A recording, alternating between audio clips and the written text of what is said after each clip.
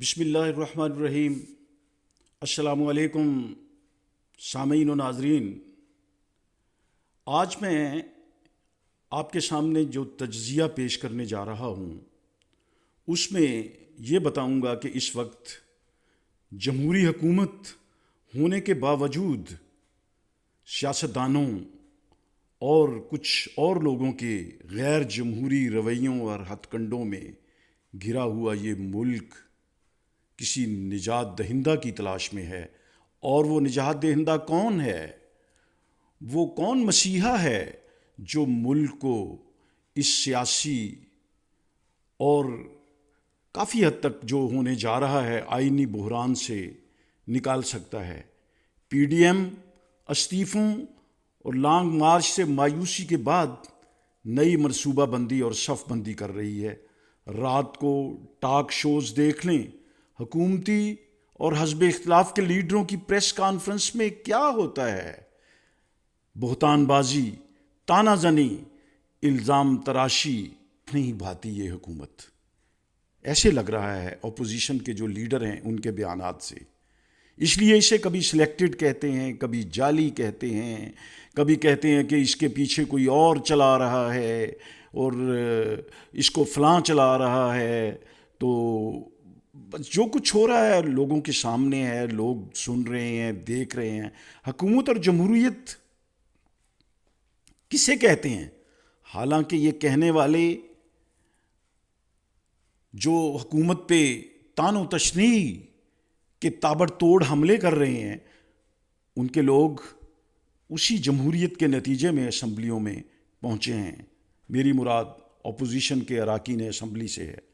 Opposition حصول اقتدار کے لیے رسہ کشی کا جو کھیل کھیل رہی ہے اور حکومت ابھی تک عوام کو خاطر خواہ ریلیف، خاص طور پر مہنگائی کو کنٹرول کرنے اور بجلی اور گیس کے بلوں میں ریلیف نہیں دے سکی۔ اس لیے اپوزیشن کو بھی یہ موقع مل گیا ہے کہ وہ حکومت کو اس حوالے سے نیچا دکھائے اور اپنی جو پالیسیاں ہیں اقتدار تک پہنچنے کی یا حکومت کو ختم کرنے اور گرانے کی ان میں کامیاب ہوں۔ بلیم گیم انتہا کو پہنچ جاتی ہے تو 1971 اور 70 جیسے حالات پیدا ہو کر ادھر تم ادھر ہم کے نعرے بلند ہوتے ہیں اور مورخ لکھ دیتا ہے، روح قائد سوال کرتی ہے، آدھا گلشن کہاں گنوایا ہے؟ اتحاد و یقین محکم کو کیا کبھی رہنما بنایا ہے؟ نصف صدی کے مشاہدات میں ہمارا تو یہی مشاہدہ ہے اور کہنا ہے کہ جب بھی سیاست میں بلیم گیم اپنے عروج پر پہنچ جاتی ہے اور مفادات کے حصول کی سیاست اور جنگ بھرپور اور پوری شدت کے ساتھ شروع ہو جاتی ہے تو مورخ چیخ اٹھتا ہے کہ آفتاب ضمیر ڈوب گیا، ہم اندھیروں میں سانس لیتے ہیں، روٹی کپڑے مکان کی خاطر لوگ ایمان بیچ دیتے ہیں۔ ایسے میں اپنے دو بھائیوں میں صلح کرا دیا کرو کہ ہوائیں چلنی چاہیے، ذہنوں اور دلوں کو جوڑنے کی کوششیں ہونی چاہیے۔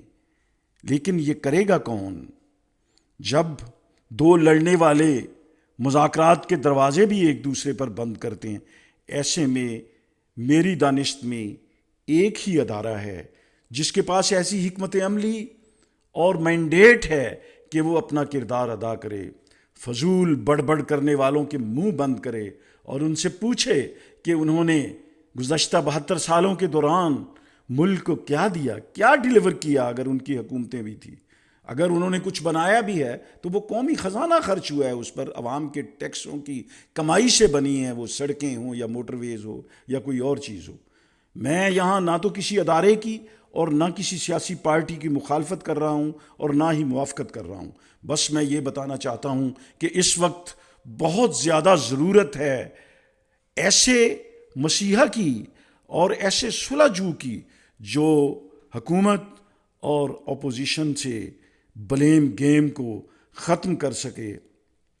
اور اگر ملک کی خارجی داخلی امور کو بہتر کرنا ہے اور اس کی جغرافیائی اور نظریاتی سرحدوں کو محفوظ بنانا ہے، اور بحرانوں، سیلابوں، دہشت گردیوں، زلزلوں اور آفات کے دوران جو ادارہ پیش رہا ہے اور جس کا کردار غیر معمولی ہے، اور جس نے ہر وقت یہی کہا کہ اے وطن تو نے پکارا تو لہو کھول اٹھا، تیرے بیٹے تیرے جانباز چلے آتے ہیں، کہ مصداق جس ادارے کو اپنا قومی کردار ادا کرنا چاہیے وہ پاک فوج ہے، وہ میری پاک فوج ہے، جس پر پوری قوم کو فخر ہے اور پورا اعتماد ہے کہ وہ ملک کو مارشل لا لگائے بغیر جمہوری انداز میں، جمہوری طریقوں سے ان لوگوں کو سمجھائے جو ملک کو بلیم گیم کی وجہ سے کمزور کر رہے ہیں۔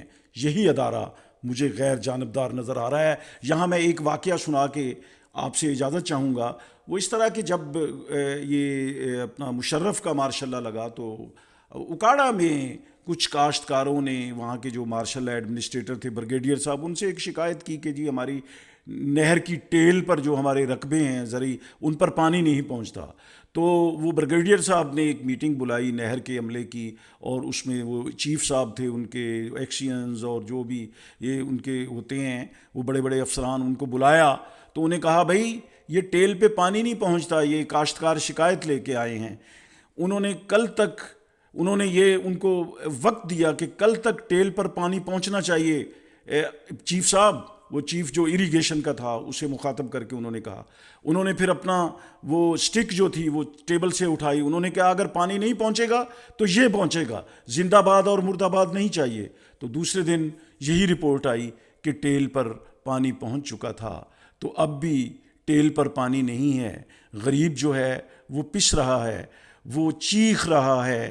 اگر ابھی تک آپ نے ہمارے چینل نیا پنجاب ٹی وی کو سبسکرائب نہیں کیا تو سبسکرائب کر لیجئے، تاکہ اور آئندہ آنے والی ویڈیوز دیکھنے کو یقینی بنانے کے لیے بیل کا نشان ضرور دبائیے۔ اپنا بہت خیال رکھیے گا۔ اللہ حافظ۔